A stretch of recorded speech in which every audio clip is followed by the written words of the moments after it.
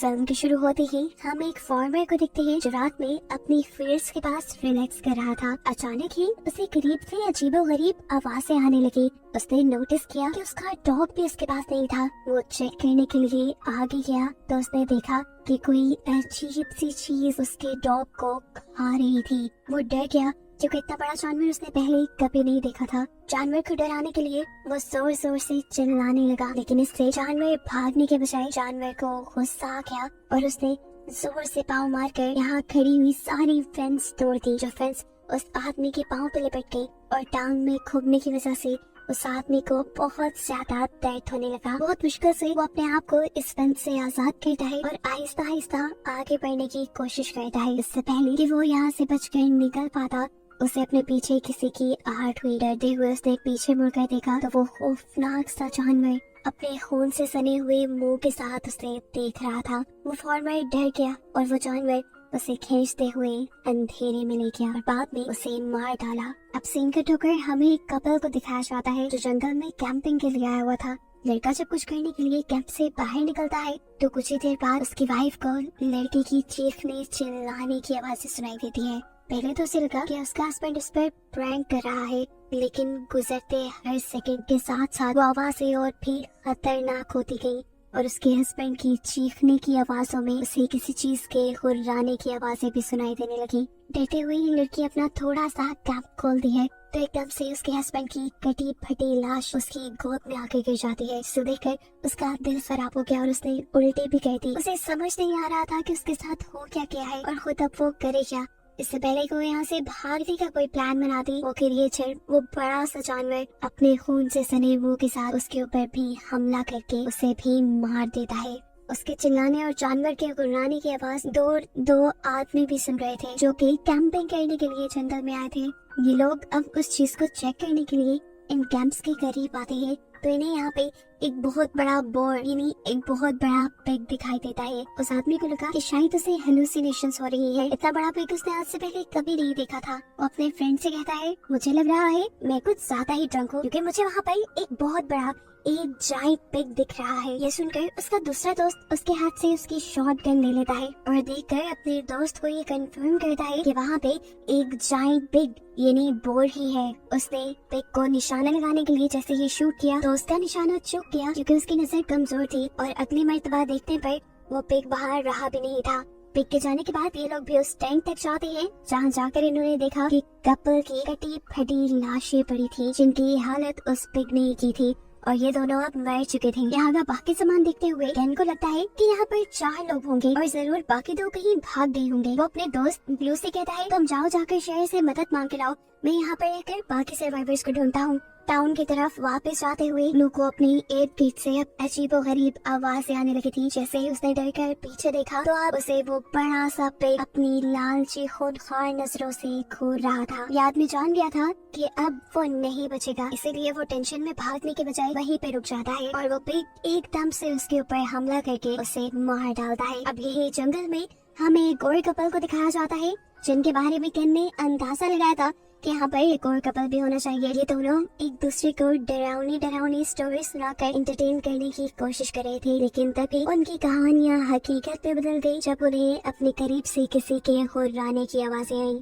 Husband जब check करने के लिए कुछ आगे गया तब तो उसे कुछ नजर नहीं आया, लेकिन जैसे ही वो पीछे मुड़ा तो उसने देखा कि बहुत बड़ी सी क्रिएचर ने यानी उसी पिग ने उसकी वाइफ के ऊपर हमला कर दिया था। अब पिग उस लड़की के ऊपर हमला करने के बाद अपने बड़े से दांत उस लड़की की बैक में स्टैब करते हुए उसे हवा में उठा लेता है और ये सीन इतना ज्यादा क्रीपी था कि देखने वाला उसका हस्बैंड भी डर गया।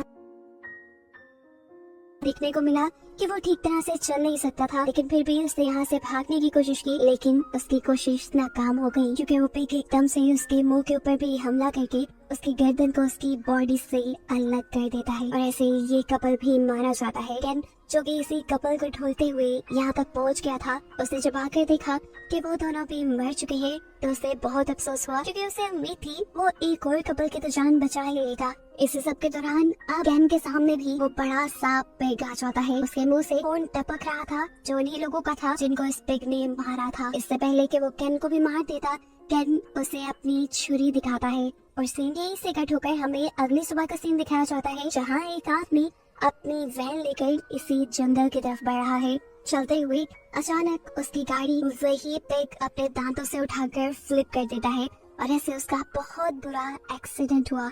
इस गाड़ी के एक्सीडेंट की आवाज दूर तक फैली और हमें दिखाई दिया कि जो भी इस कार में था उसके सिस्टर की फैमिली यही करीब कैंपिंग करने के लिए आई हुई थी और वो ये बात जान गए कि जरूर ये उसकी भाई की कार का एक्सीडेंट हुआ है। इस आदमी का नाम था बर्नी। अब वो लड़की अपने हस्बैंड और अपने सन इन लॉ को अपने भाई की खबर लेने के लिए भेजती है। देखने को मिलता है कि बर्नी को ज्यादा चोट नहीं आई थी, लेकिन उसकी कार का बहुत बुरा हाल हो गया था और उसकी कार के पीछे उसे कुछ बाल भी नजर आ रहे थे, जिसका साफ मतलब था कि उसकी कार पर किसी जानवर ने हमला किया था। वो इस कार से बाहर निकलना चाह रहा था, लेकिन उसका डोर बहुत बुरी तरह बंद हो गया था, इसलिए मुश्किल से पाँव मार मार कर वो अपनी कार को खोल लेता है। बर्नी काफी गुस्से में था। वो अपनी गाड़ी से अपना वेपन निकाल कर उसे लोड करता है ताकि वो उस जानवर को मार सके जिसने उसकी कार को हिट किया था। यहाँ पर वो जो दो लड़के बर्नी को ढूंढने के लिए आ रहे थे, एकदम से उनके सामने वो पिग आ गया। डरने के बजाय ये दोनों ही हैरानी से उस पिग को देखने लग जाते हैं। एकदम से वो लड़का नोटिस करता है कि वो बोर यानी बड़ा पिग, उसकी आंखों में खून उतरा हुआ है, यानी वो किसी भी वक्त इनको नुकसान पहुंचा सकता है। डरते हुए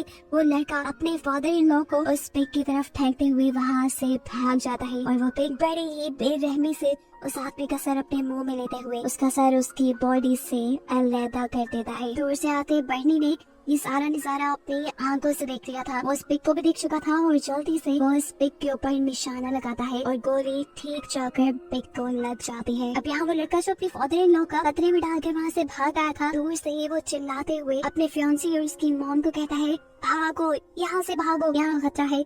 लेकिन कोई उसकी बात भी यकीन नहीं करता। वो लड़की उसे अपने डैड के बारे में पूछती है। वो लड़का बताता है कि उसके ऊपर एक बहुत बड़े बॉय ने हमला कर दिया है और वो मर गया है। लेकिन यहाँ ये दोनों खड़ी हुई हंस रही थी क्योंकि उन्हें लगा कि वो लड़का मजाक कर रहा है। लेकिन अगला ही सेकंड उनका ये ख्याल बदल गया क्योंकि पिग भागते हुए आकर उस लड़के को अपने मुंह में पकड़ते हुए वहाँ से भाग जाता है और वो लड़का उसके मुंह के अंदर ही मारा जाता है। ये सीन इतना खतरनाक था कि ये लोग पागल हो गए। वो लड़की अपने फियांसे की मौत देखकर बहुत ही ज्यादा परेशान हो चुकी थी। उसकी मॉम उसे यहाँ से ले जाने की कोशिश करती है, लेकिन जब वो नहीं जाती तो ठीक वक्त पर बर्नी यहाँ आकर इन तीनों को यहाँ से ले जाता है। वक्त बहुत कम था। अपनी जान बचाने के लिए बर्नी ने एक आइडिया सोचा और नदी को पार करते हुए फील्ड्स के दूसरी साइड पर जाने का डिसाइड किया, जहाँ दूसरी साइड से टाउन जरा करीब था। लेकिन वो जानता था कि वहाँ के रास्ते से भी टाउन तक पहुँचने में रात हो ही जाएगी। ये लोग भागते रहते हैं अपनी जान बचाने के लिए। बर्नी को ये लग रहा था कि उस बोर यानी उस बड़े से पिग को पानी से डर लगता होगा, लेकिन वो ये नहीं जानता कि ये पिग कितना खूनख्वार है। रात के अंधेरे में वो इन्हें दोबारा ढूंढ लेता है, जहाँ एक और मर्तबा उसे अनएक्सपेक्टेडली देखकर इन सब की जान निकल जाती है और वो बोर इनके एक साथी के ऊपर हमला करके उसे खा जाता है। वो तो मर गया था, लेकिन इन्हें भागने का मौका मिल गया। बर्नी की बहन अपने बेटे की मौत से बिल्कुल टूट रही थी, लेकिन बर्नी उसे जबरदस्ती लेकर भागता है और यहाँ उनकी किस्मत चल जाती है। करीब ही उन्हें एक लकड़ी का बना हुआ शेल्टर मिल जाता है, जिसके अंदर जाकर ये लोग थोड़ा सा सुख का सांस देते हैं। यहाँ पर आकर बर्नी की बहन और उसकी बेटी दोनों ही टूट चुके थे, जो कि अब तक उन्होंने अपने 3 खास लोगों को खो दिया था इस ट्रिप में। बर्नी जब अपनी बहन को सहारा देने के लिए करीब आता है तो उसकी बहन उल्टा उसे ही ब्लेम करने लगी कि ये सब तुम्हारी वजह से हुआ है। तुम इतनी बॉडी बनाने के बावजूद भी अपने भांजी को नहीं बचा पाए, तुम कायर हो। फिर ये रोना धोना कुछ देर तक चला, लेकिन फिर पूरे दिन की थकान ने इन्हें सुला ही दिया। कुछ देर बाद दोबारा इनकी आंख खुल गई क्योंकि ठंड बहुत ज्यादा बढ़ गई थी। बर्नी उनको सुकून देने के लिए बाहर से कुछ लकड़ियाँ लाने का डिसाइड करता है, जिसे ये लोग जलाकर यहाँ का टेम्परेचर थोड़ा बेहतर कर सकते थे। लेकिन जैसे ही बर्नी ने दरवाजा खोला तो वो बोर जो शायद इसी इंतजार में था कि कब बर्नी दरवाजा खोले और वो अंदर आए। वो बोर एकदम से पूरा दरवाजा तोड़ते हुए इनकी कैबिन के अंदर आ जाता है। लेकिन इस मर्तबा बर्नी पहले से ही इस बोर के ऊपर काफी गुस्से में था। उसे काफी गिल्ट था क्योंकि उसके होते हुए उसके भांजे की मौत हो गई थी। वो ये सारा गुस्सा इस बोर के ऊपर निकालता है और बहादुरी से अपना चाकू निकालते हुए कई मर्तबा उस बोर की गर्दन में स्टैब कर देता है। लेकिन इस हमले से बोर को ज्यादा खास कुछ हुआ नहीं। इस वक्त पर बर्नी की बहन और उसकी बेटी भी निकल कर बर्नी के पीछे आ गई। बर्नी ने उनसे कहा, भागो यहाँ से, मैं बोर को तुम्हारे पीछे रोकूंगा। ये सुनते ही वो दोनों यहाँ से भाग जाती हैं और बर्नी एक और मर्तबा उस बोर पर हमला करता है। लेकिन इस मर्तबा इस बोर ने भी अपनी सारी ताकत दोबारा इकट्ठी कर ली थी, क्योंकि इस मर्तबा वो बर्नी को अपने दांतों के जरिए उठाकर दूर फेंक चुका था। इस हमले की वजह से बर्नी का चाकू भी गुम हो चुका था और अब उसके पास कोई वेपन नहीं था इस बोर से लड़ने के लिए। बर्नी हिम्मत नहीं हारता और उठकर जोरदार पंच उस बोर को मारता है, जिसके जवाब में बोर उसे उठाकर उसे कैबिन के अंदर फेंक देता है। जिस छोटे से कैबिन के अंदर बर्नी पहले छुपा हुआ था, अब पिक उसके ऊपर आ चुका था और उसे बस मारने ही वाला था। लेकिन यहाँ पर बर्नी ने अपनी सारी ताकतों को जमा करते हुए जहानत से उसके नीचे से निकल आया।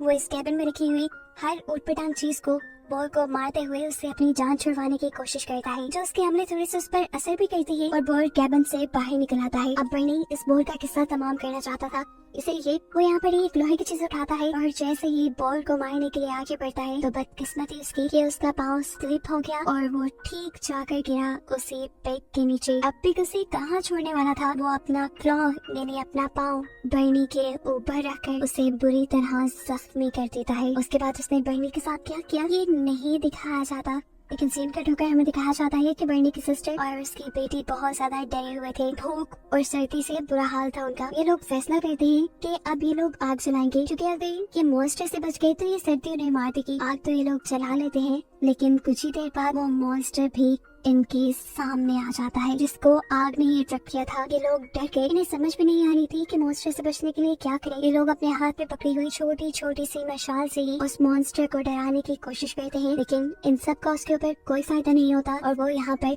बर्नी की बहन की टांग पकड़ लेता है। इससे पहले कि अब ये बोर इन दोनों को मार देता, दूर से एक तेज रोशनी इन सब की आंखों को धुंधला कर देती है। बोर भी उसी रोशनी की तरफ देखता है और वो रोशनी तेजी से आकर उस बोर को हिट कर देती है। हमें पता चलता है ये एक कार थी जिसने इन लड़कियों की जान बचाने के लिए उस बॉल को आकर हिट किया था। इस लड़की का नाम था साशा, जो कि मूवी के शुरू में दिखाए जाने वाले ओल्ड मैन की बेटी थी और वो अपने डैड को ही ढूंढने के लिए इस टाइम यहाँ आई थी। देखने को मिलता है कि वो बोर अब खड़ा नहीं हो पा रहा था, क्योंकि इस हमले की वजह से उसके जिस्म की कई हड्डियां टूट चुकी थी, लेकिन वो अभी भी जिंदा था। बर्नी की सिस्टर अपनी फैमिली मेंबर्स की मौत का बदला लेने के लिए साशा की कार से एक गन निकालती है और धड़ाधड़ ये फायर उसके ऊपर कर देती है, लेकिन ये बोर अभी भी नहीं मरता। तब उसकी बेटी उसके हाथ से गन लेती है और एक निशाना उस बोर की आंख पे लगाती है। इसके बाद हमें देखने को मिला कि वो बोर गिर चुका था, उसने हिलना बंद कर दिया था, शायद वो मर गया। ये लोग अब और खतरा मोल नहीं ले सकते थे। जल्दी से ये लोग साशा की कार में बैठते हैं